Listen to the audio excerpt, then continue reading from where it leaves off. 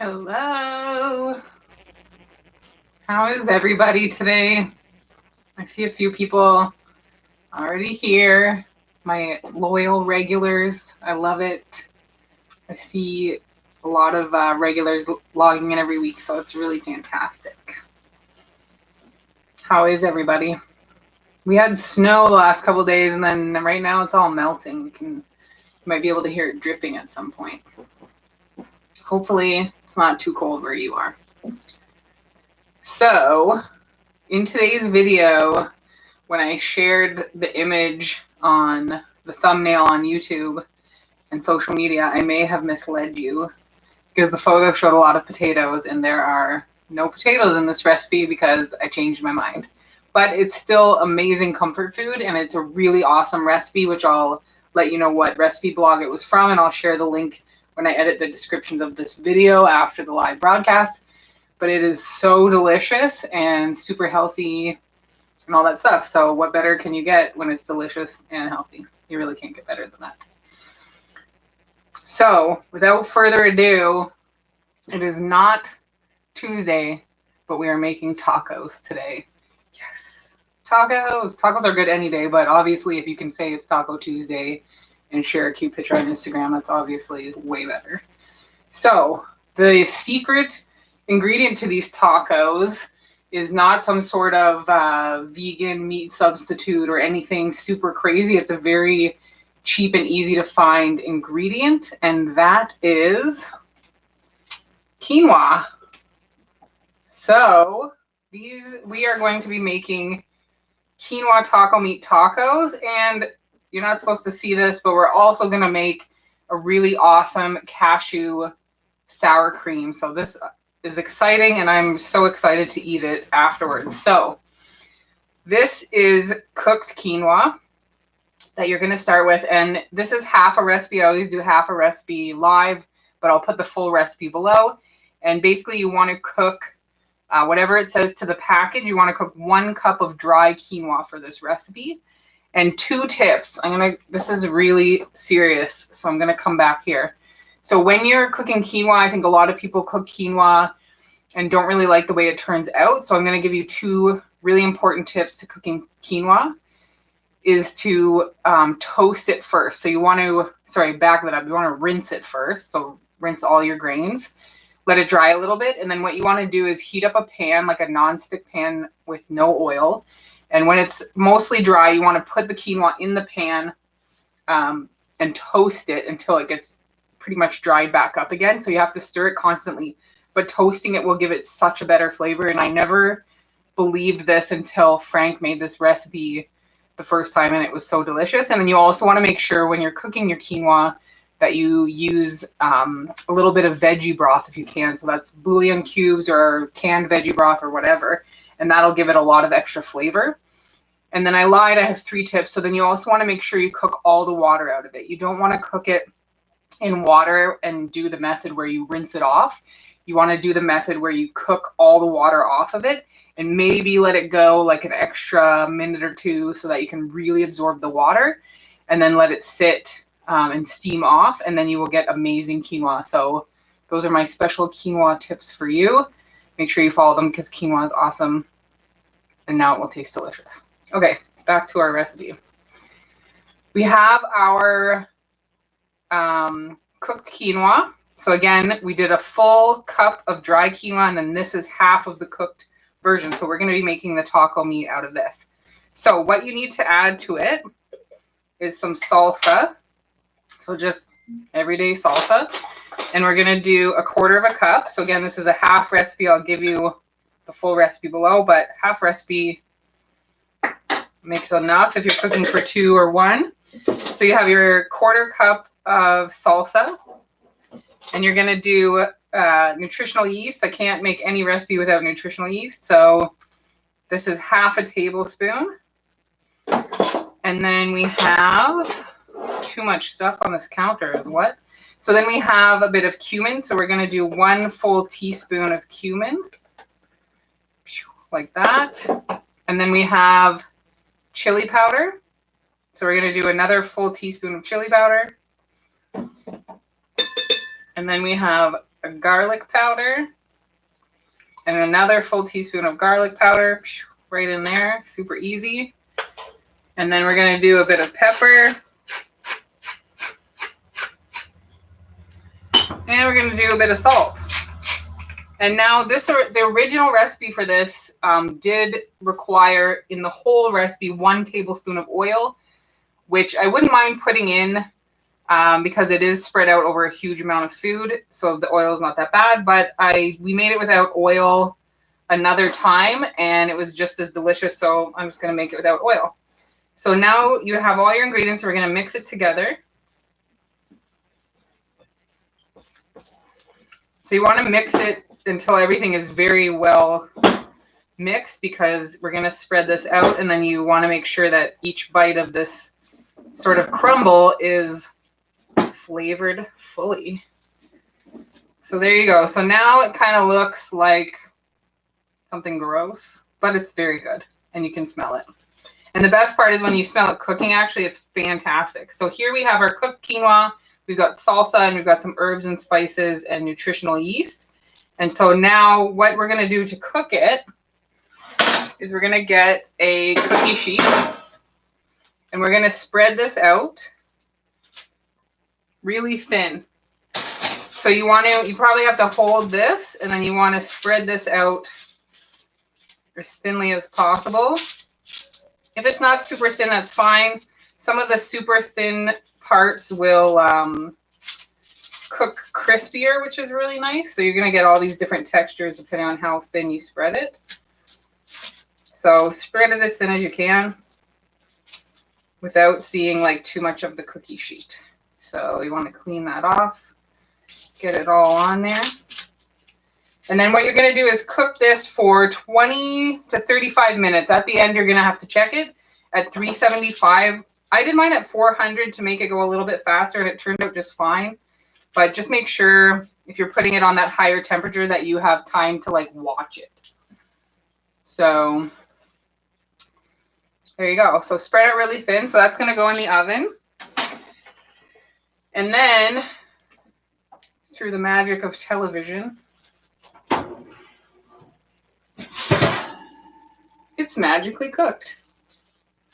So the texture of this is so cool. Like when Frank made this for the first time, I was like blown away how delicious it tasted. So I'm going to see if I can show you guys this without burning my hand off because it is just cooked.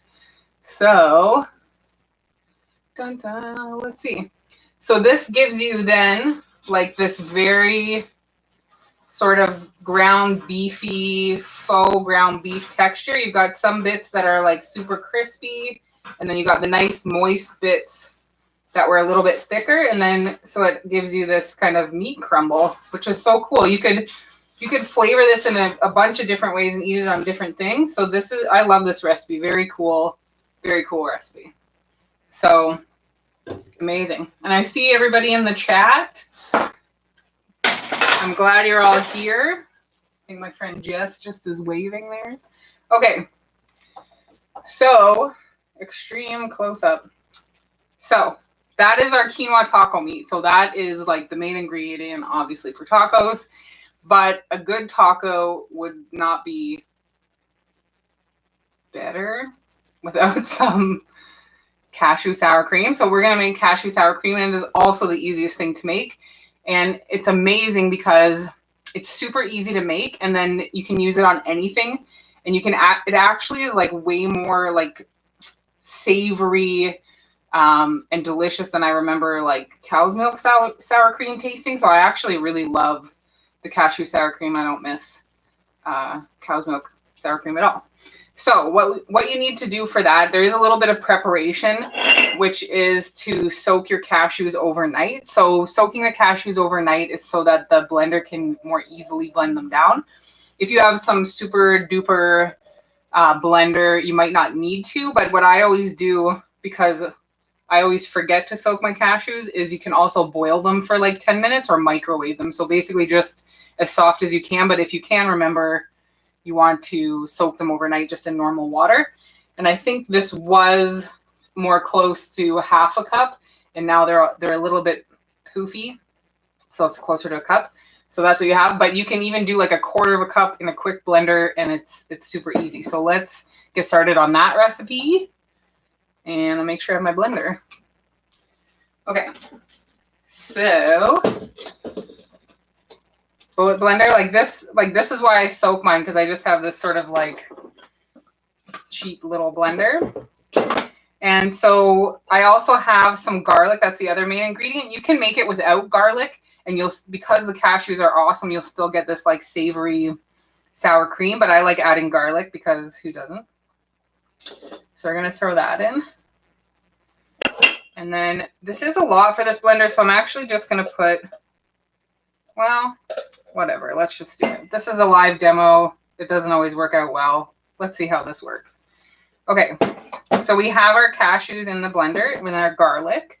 And then one of the things that is something that you want from like a sour cream is a tart flavor. So I usually use apple cider vinegar. And that is usually a cap full to begin with. And then see how it goes. You can also use lemon juice, or you can actually put both in, which I am going to do tonight. So again, this is to give it that tart flavor that you would get from the old sour cream.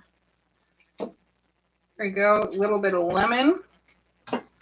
So this you'll adjust. I don't really have a recipe for this because we make it so frequently, just make it up. So it's I'm winging it. I'll try to put a recipe in the comments when I edit it, but I'm just winging it.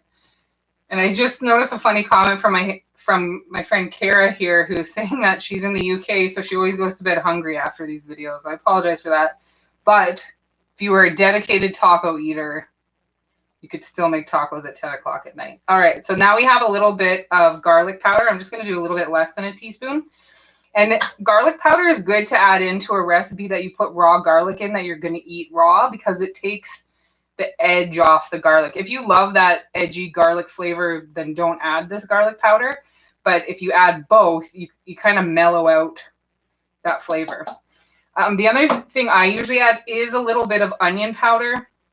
You don't want to put too much, but I always add like a little bit because it just makes the flavor, you know, a little bit richer. So we have all that in there. So we're making our cashew sour cream. We've got garlic, cashews,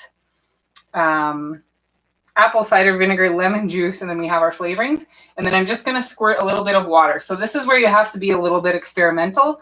Put a little bit of water in and then blend it, and then you can go down to whatever texture you want. But you do want like quite a bit of liquid, or else, there you go. You do want some liquid in there because you want the blender to move, right? All right, so plug your ears, folks. We are going to blend this up.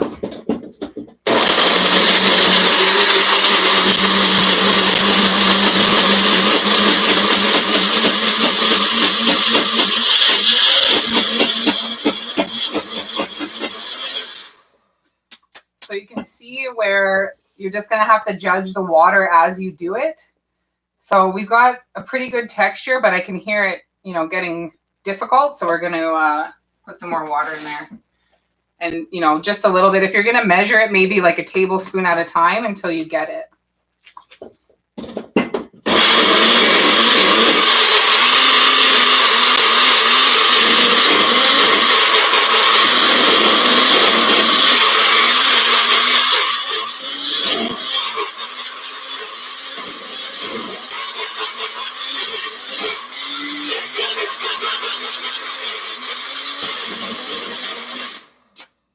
Let's see. Thanks for your patience with the loud noises. So we're getting like a pretty good texture out of that. You can see, oh, I love the focus on this camera. So I'm going to give it a little bit of a taste test. It's my own food. I'll just use my finger. Okay, so that is really good. Actually, you know what I forgot? What is missing from that is some salt and pepper. I don't want to spend too much time blending, but I do have to eat this later, so I do want to get it passable for this demo. So probably did like another little teaspoon or half a tablespoon of water. Let's just get it right.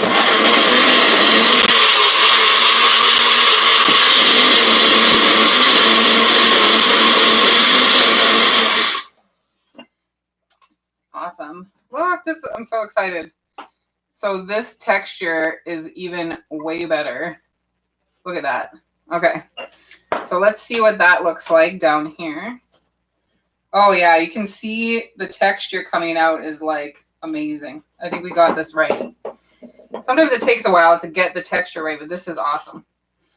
So again, we have our cashew sour cream. So what you need to do then is take your conveniently plated taco shell, and pretty much all, this is an old El Paso taco shell with the cool flat bottom, but pretty much all the taco shells that I've seen in the stores here in Canada are accidentally vegan, so you're pretty safe. But you could do a wrap, a whole wheat wrap. You could put it in a lettuce wrap. You could do a whole bunch of stuff with it. So definitely have that. So you have our taco with a little bit of lettuce. And then we're going to take a little bit of our cool taco meat. If I can get it to focus. We're going to... Tacos are horrible because they're so delicious. They're so annoyingly messy. Whoever thought of this stiff taco shell is a good idea. I actually like the more authentic taco shell, like the soft corn taco shells that are small. That's my favorite over these, or like wraps. Definitely like a real taco shell. We got some salsa. Are you guys excited to watch me eat this? Because it's going to be a mess. And then we have our sour cream. Oh my god, it's so good. Look at this. I got to put more on. I don't even care. I don't even care if I'm going to get messy. I'm so excited to eat this. This is the best about the live cooking demos, is like I actually get to eat this stuff after. And I'll probably have 5 of these tacos. So, all right, let's see. Look at this. Look at that guy. The quinoa taco meat is like so crazy. I dropped some there. Look at that. Pure taco. So you can have all your favorite foods eating vegan and healthy with no oil. It's like a revelation. Okay. Ready? Are you ready? Okay. I'm kind of embarrassed, but I don't even care. Which side should I go on? I'm going to go on this side. Actually, I'm going to bite right into the middle. I'm going to do like a weird taco eating thing because I want this stuff.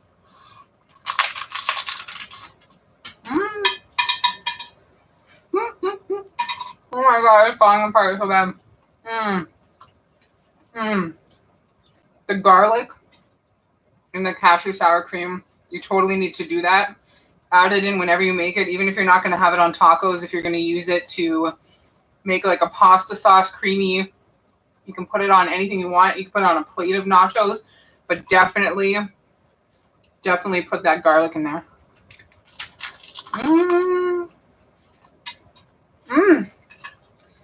Oh my gosh.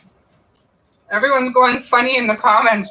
I'm so glad you love these tacos. If I could mail them to you, I would mail you a lot.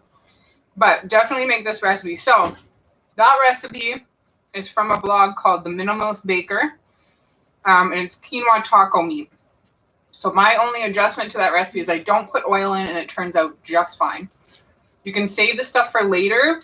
And you can heat it up in your oven again, or toaster oven, or I've had it cold actually on like a taco salad the next day. Just sprinkle it over top. You can use the cashew sour cream as your salad dressing. So delicious.